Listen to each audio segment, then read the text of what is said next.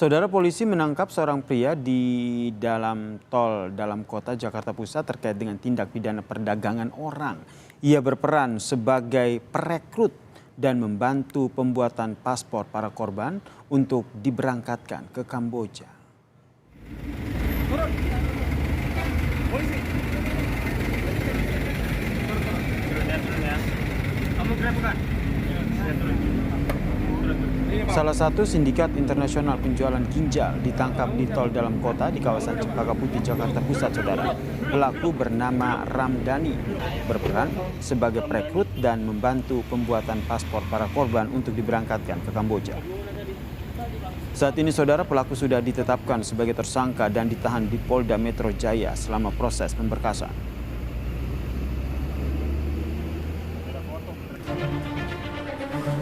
Salah satu tersangka sindikat penjualan organ ginjal buka-bukaan bagaimana modus jaringan internasional bekerja dan siapa saja yang terlibat.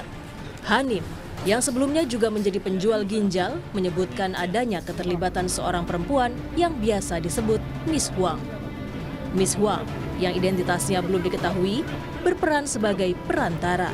Kelihayan Miss Huang yang menguasai 3 bahasa, yakni bahasa Indonesia, Mandarin, dan Kamboja, mempermudah komunikasi antara korban, pembeli, dan pihak rumah sakit di Kamboja.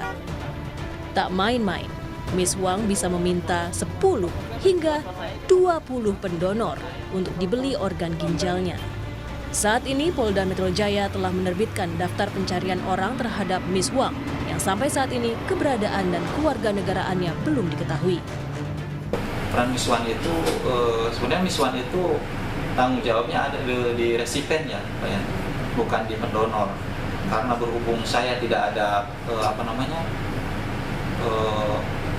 tidak bisa ngobrol langsung sama pihak rumah sakitnya, sama yang ya, jadi Miss Huang ikut bantu penyambung lidah, penerjemah saya ke rumah sakit. Kalau saya kan otomatis dari Miss Huang kan.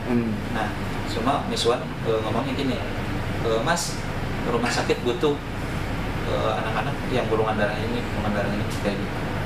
Kalau bisa tolong carikan. Saya perintah langsung dari Miss Huang. Sebelumnya, Polri mengungkap adanya peran aparat polisi dalam kasus jual beli organ di Jawa Barat.